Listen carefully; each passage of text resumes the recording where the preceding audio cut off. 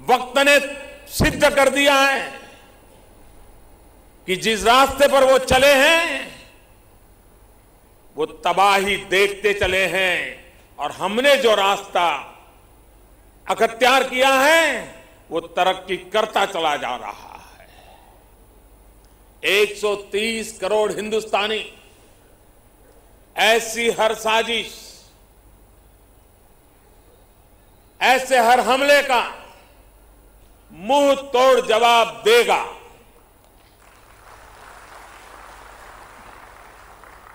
कई बड़ों देशों ने बहुत ही सख्त शब्दों में इस आतंकी हमले की निंदा की है और भारत के साथ खड़े होने की, भारत को समर्थन की भावना जताई है।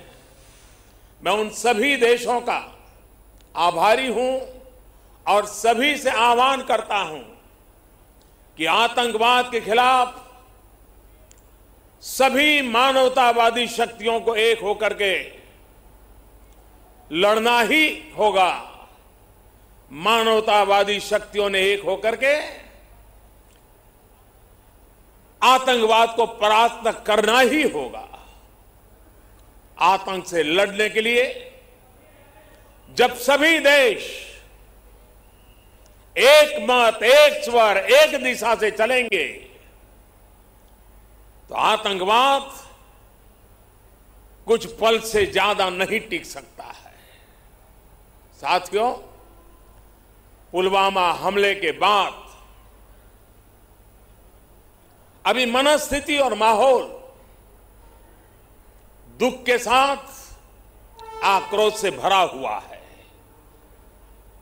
ऐसे हमलों का देश डटकर मुकाबला करेगा, यह देश रुकने वाला नहीं है। हमारे वीर शहीदों ने अपने प्राण की आहुति दी है और देश के लिए मर मिटने वाला हर शहीद दो सपनों के लिए जिंदगी लगाता है। पहला, देश की सुरक्षा, दूसरा, देश की समृद्धि। मैं सभी वीर शहीदों को, उनकी आत्मा को नमन करते हुए, उनके आशीर्वाद लेते हुए मैं फिर एक बार विश्वास जताता हूं कि जिन दो सपनों को लेकर के उन्होंने जीवन को आहूत किया है, उन सपनों को पूरा करने के लिए हम जीवन का पल पल खपा देंगे। समृद्धि के रास्ते को भी हम और अधिक गति दे करके, विकास के रास्ते को और अधिक ताकत दे करके हमारे इन वीर शहीदों की आत्मा को नमन करते हुए आगे बढ़ेंगे। और उसी सिलसिले में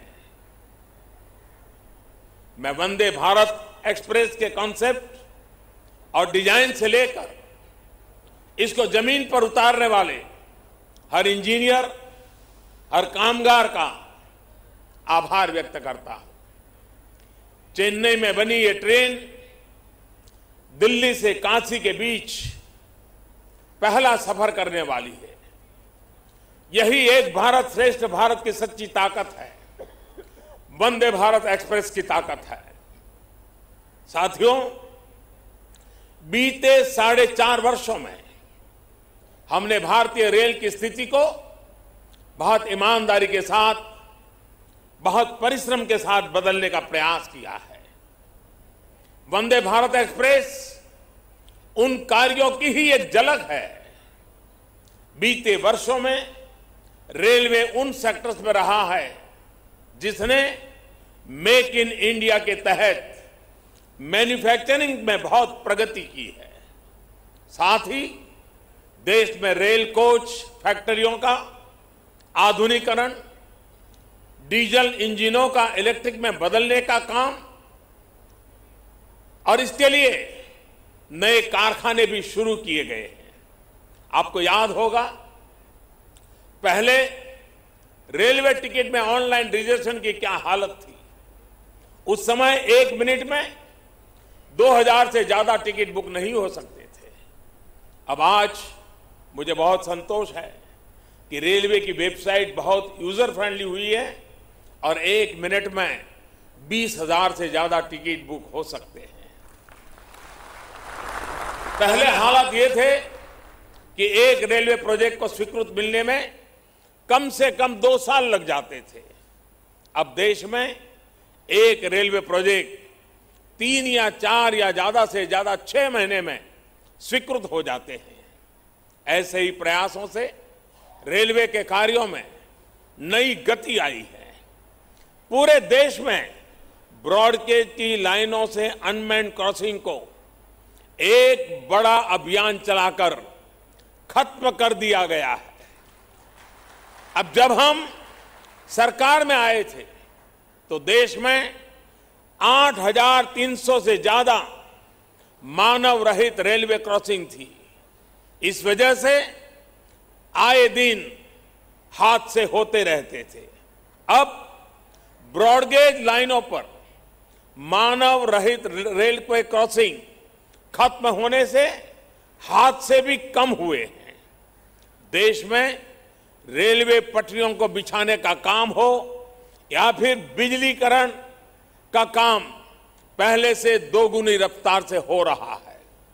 देश के सबसे व्यस्त रूटों को प्राथमिकता देकर उन्हें पारंपरिक ट्रेनों से मुक्त किया जा रहा है।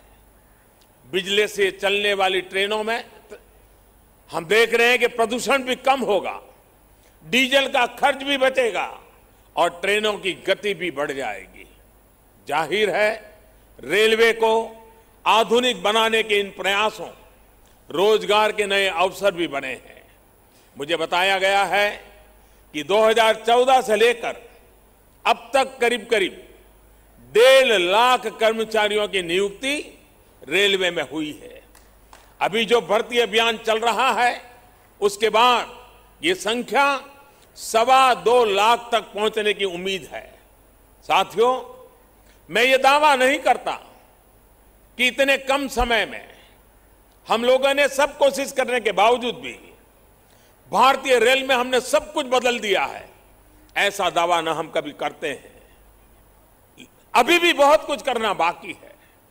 इतना मैं जरूर कह सकता हूं कि भारतीय रेल को आधुनिक रेल सेवा बनाने की दिशा में हम तेज गति से आगे बढ़ रहे हैं और मैं विश्वास दिलाता हूं कि इस विकास की यात्रा को और गति देंगे और ताकत देंगे। जल हो, थल हो, नभ हो, हिंदुस्तान का पूरब हो, पश्चिम हो, उत्तर हो, दक्षिण हो, सबका साथ सबका विकास, इसी मंत्र को लेकर के विकास की इस राह को आगे बढ़ाएंगे। विकास के माध्यम से भी देश के लिए मरण मटने वालों को हम नमन करते रहेंगे और सुरक्षा के क्षेत्र में भी पूरी ताकत से गुनहगारों को सजा दे करके देश की रक्षा के लिए जीवन न्योछावर करने वालों का जो भी रक्त है उस एक एक रक्त के बूंद की कीमत लेके रहेंगे। इसी विश्वास के साथ मैं मेरी वाणी को विराम देता हूं। इन शहीदों के नाम मेरे साथ बोलिए, वंदे मातरम, वंदे मातरम, वंदे मातरम।